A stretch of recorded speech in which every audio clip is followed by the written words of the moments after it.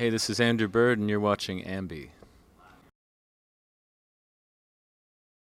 Hey everyone, it's Alicia from AMBY, and I'd like to welcome you to our interview with Andrew Bird. Hello. Hello. How are you doing? I'm all right. Just want to say thanks for taking the time to have a chat with us today. Yeah, no problem. So you recently released your latest album, Are You Serious? And you're now on the road in support of the record. So how are these shows treating you so far? Pretty good. I mean, you don't really know how it's going to feel until you get out there, and these shows have felt different. I don't know how to describe it, but it's a new band, so it's kind of a mighty sound. Different in a good way? Yeah. It's good. Yeah. It's like we've been playing a mix of theaters and big rock clubs, and it feels like the rock rooms are, I don't know. Sounding big. All I can do is make that gesture. That gesture? Yes. I know what you mean, though. Yeah. I like how you actually released the album, Are You Serious, on April Fool's Day. Right. Is that intentional on your end? It just worked out that way. It just worked out that way. It wasn't lost on us, The title, I think there was some attempts at humor as well. Well, I know with the album title, a lot of fans are probably wondering, are you really a very serious person, or is it... I know the album title came from going into the studio a couple times, and your producer been like, "Are you serious? This is what you came in with." But would you categorize yourself as a serious person?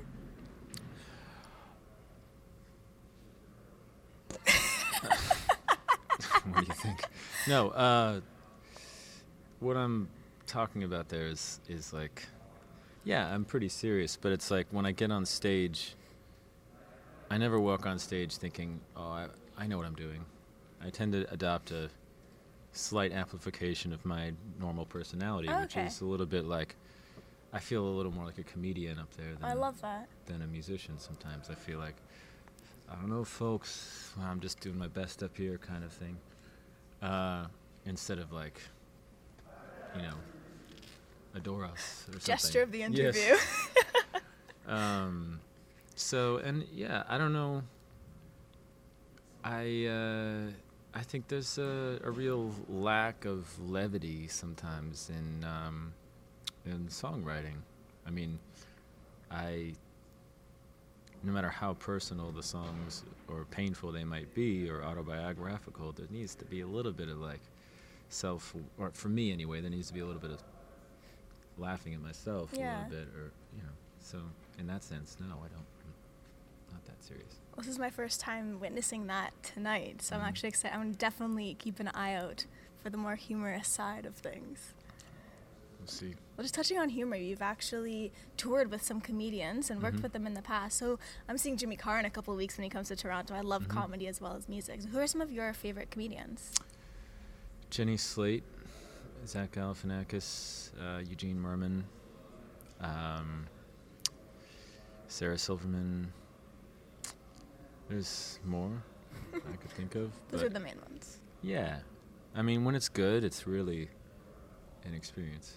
I mean, there's but I did a lot of these shows where I was following a comedian, and at a particular club that I play at a lot in Los Angeles called Largo, and they do more comedy than music. But so I would have Zach or someone doing a set before me, and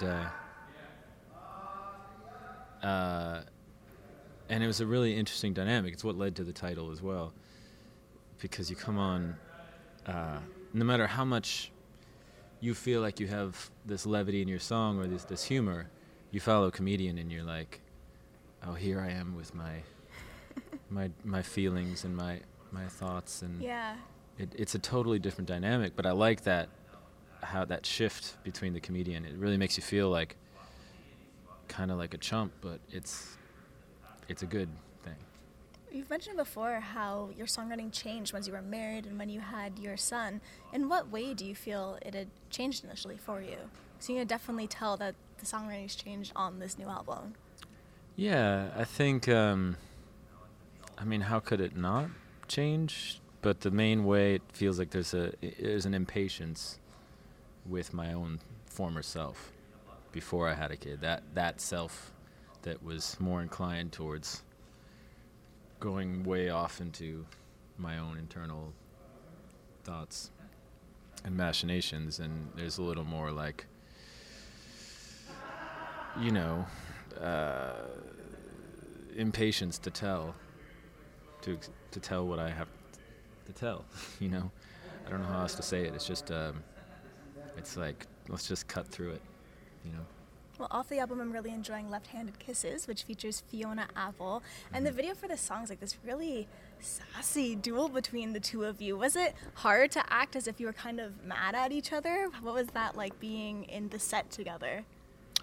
Well, the song does have kind of like, it's like a short play of sorts. Yeah. You have to remind yourself more than usual. You can't just do the usual intoning your melody through the lyrics. You have to get into character. I mean, even though the characters are based on, again, my former self, and being impatient with my former self to get to that point. So that voice that's impatient with my own self becomes Fiona. And so I have to remind myself that I can't get too passionate, because the whole point is that I'm not passionate enough. Yeah.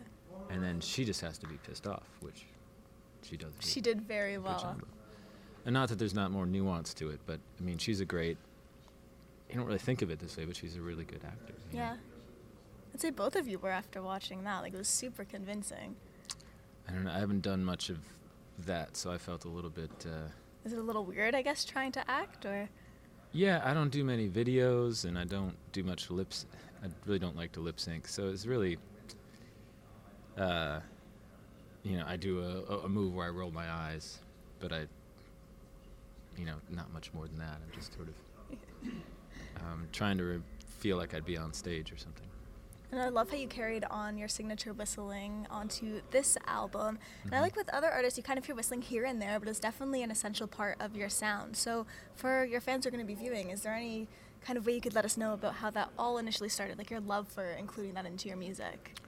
Well, I didn't do it at all on the first couple records, because I was convinced that it would sound like a gimmick or something, or that because of the associations with whistling are just inherently flippant and whimsical and, not weighty, But then I was like, why? I'm whistling all day. Why would I stop when I step on stage or go in the recording studio?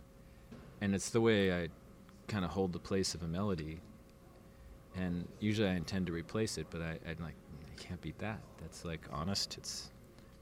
That's how I make music a lot of the time. So I don't know. Why not just carry it on to your passion, right?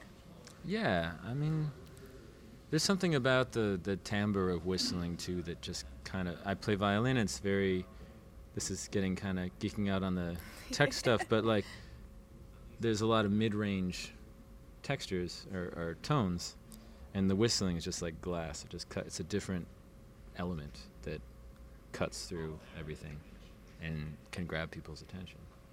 I know you're actually from Chicago. I absolutely love it there. I've been there so many times. And then you were living in New York for a while because your wife was living there, and now you're in Los Angeles. Yeah. So what are some of your favorite things about living in LA? Well, no surprise, the weather. Yes. I can ride my bike into Griffith Park every day and get lost on the fire trails with no cars. And I really like the heat. I'm meant for the heat. I don't know how I made it through 36 years. And you were meant for the heat. That's my memoir, yeah. But I just, that, and it's, you can have people live in houses there. I've been living in apartments my whole life. It was kind of nice to have a house with a backyard and a studio and your own compound. So far I really like it.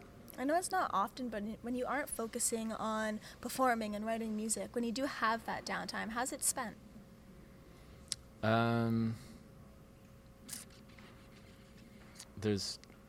It's very rare that I'm doing much else, but it's spent with my family, and again, biking is kind of I like mountain biking and outdoor, tests of endurance. I'm kind of a masochist, so that's a way to exercise that. Okay. Yeah. Awesome. Just to wrap everything up today, is there anything you want to say to all of your fans who are going to be viewing the interview? Oh, gosh.